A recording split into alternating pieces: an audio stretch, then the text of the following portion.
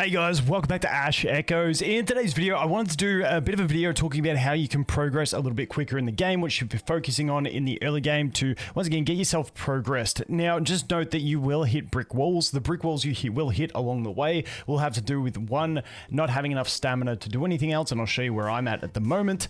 And number two, the other thing is that you do have some things that are just time gated inside the game, so you can't actually get to them until the game releases the time gating. So the first thing is, what should you be focusing on in these early, like, first week of the game? The main thing you want to focus on is this quest. This quest will give you everything you need to do and give you just basically the guide of what you have to do along the way. Now, there are a few things that I'm going to mention as well that, you know, you don't get until some of these later phases, and if you get started on them earlier, it'll help you. But as you can see here, where I am stuck at the moment, if I want to continue the campaign, I've got to reach officer level 26, which I am currently level 22, and unlocks on the 28th, which is, wow, that's a long way away.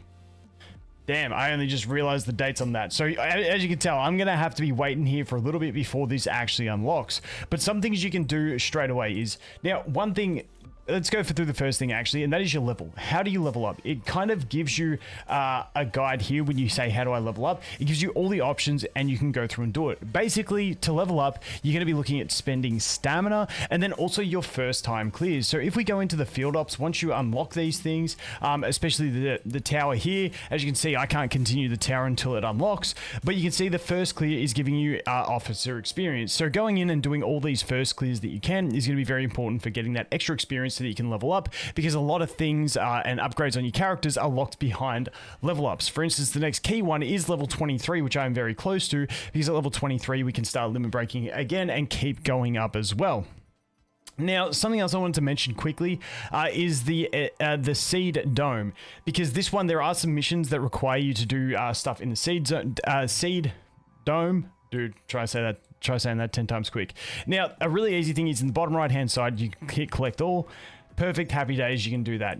It's very easy to go into all these things and auto deploy them. But the one thing I want to mention is you obviously want to auto deploy everything that you've unlocked, but also the training room. Make sure you're leveling characters up to level 3 of this in the early game. There is a mission that I just completed where I got 3 characters to level 3 of this, and as you can see, it takes a few hours for each character to get to level 3 on the training.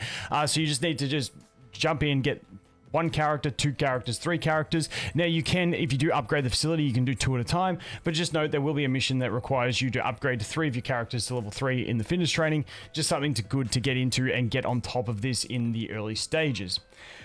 As we move past that, those are like the main things. Like I said, leveling up your account is going to allow you to upgrade your Echomancers. Now, as for your Echomancer progression, you can see here where I'm at. So if I go, let's do it in this way.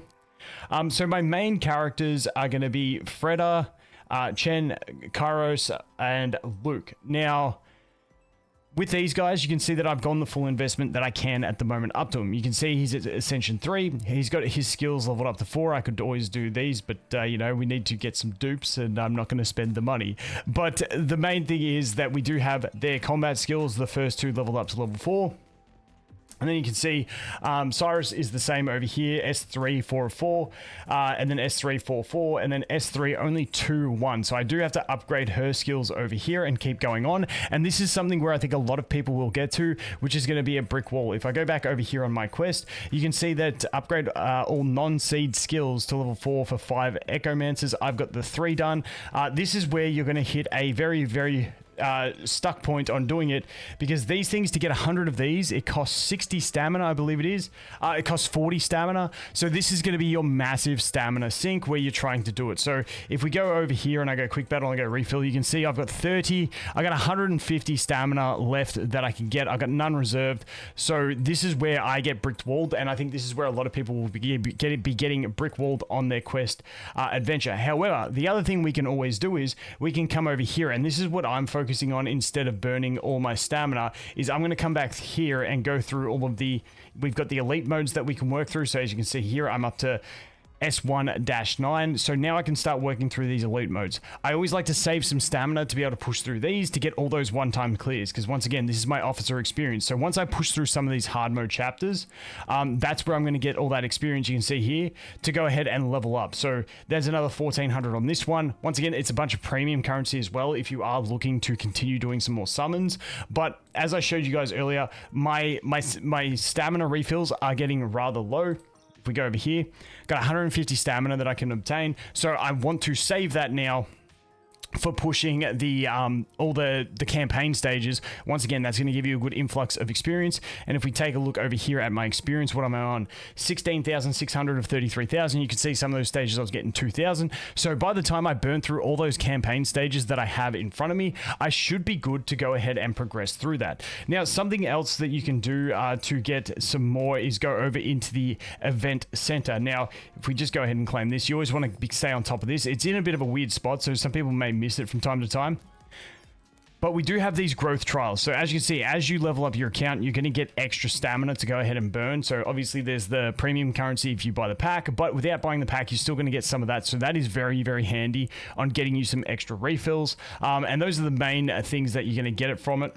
Besides that, you're not really going to find too much else. Now, if you're really desperate, I've got to actually run in and do the event calculations. I haven't done the event calculations for this one. Maybe that'll be another video that I do tomorrow. But we do have the Souvenir Shop over in this event where we can pick up a bunch of things. My mind defaults to getting the trace, probably getting the summons. But something else I noticed over here at a pretty cheap cost is these bad boys at the basic chips at 20. So I don't know, and you get 50 of them. So I'm gonna math it out and work out if it's worth buying these to get the upgrades for my skills, because once again, those are the ones that to get 100 of these bad boys, it costs you 40 stamina. So I'm going to math out this shop, and that'll be another video in the next day or so to let you guys know if it's worth buying those, because I'm actually considering that so that I can complete missions and stuff like that. But, you know, I'll math it all out and let you guys know. Just note that if you are looking for something to do because you're stuck on everything else, you do have these events that you can go in and do. They're very, very self-explanatory on what to do. Once again, I'm just going to go ahead and suss out the shop. That's my one last thing that I really need to do. So that is the event. Once again, it's always handy games like this where they have those event type shops where you can get a bunch of stuff. I'm actually at 167 stamina as well, so we're cooking. I can go ahead and grind a few stages and get some progression. But those are the main things you look at. Once again, it's not overly complex. The one other thing I will talk about is the Nexus. So with the Nexus, what I've been doing is, if you look over here at my tactical engravings, I haven't been rerunning the same character through and through, because as you progress through the game, as you hit further limit breaks, you're just going to naturally get better engravings. Obviously, once you level up your traces as well, it's going to help you get those better engravings. So I am not doing any character twice, and I'm just doing each character once as we go along. Now, the reason I'm doing that is because if we go over to a mode, because we're very limited on them, we do get some refreshes, but we are still very limited. But as you can see here, over here, we do unlock these in the next, that's going to unlock tomorrow, and we will gradually unlock more of these. And to do these, you're going to have multiple characters of each class to where you can use them. So basically these guys are locked in as the leader, and then we'll get 3 more nodes here, we'll get 3 more nodes here, we'll get 3 more nodes here. And for each of these nodes, you have to have a leader in that spot, and they get locked in. You can't reuse them as the leader for your team, and they have to have an engraving to be used as the leader. So that's why I'm not getting stuck into the trap of, you know, trying to get a little bit better engravings here and there on my characters. I just want to get just one and done. And then once I've got enough characters rinsed through it, obviously they're not going to be the greatest characters because I don't have that many of the best characters. But once I've rinsed through enough of them, then I will start repeating through once I think the increase of power that I'm going to get on my engraving is going to be enough to really affect my account. And that is the progress that I'm going to look at there. But once again, the game is fairly straightforward in a progression stance. Just follow the quests and away you go. Once you've done the quest, you got the hard modes to go through that you can keep progressing through.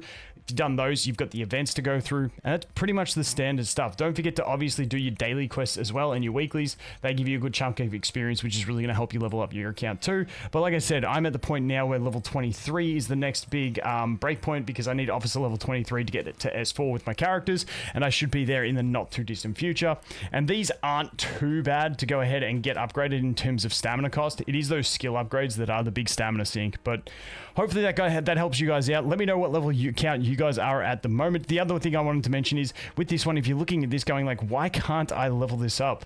Like my engravings are way higher than it's showing.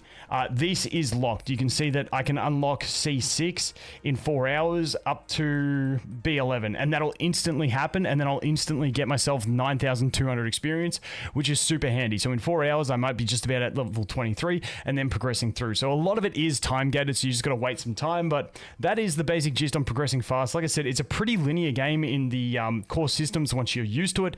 The combat is just very complex, and I think that's where a lot of people are struggling, so I might do a couple of videos on combat in the next couple of days. But as always, guys, thanks for watching. I hope you have an awesome day, and I look forward to seeing you in the next one. Cheers.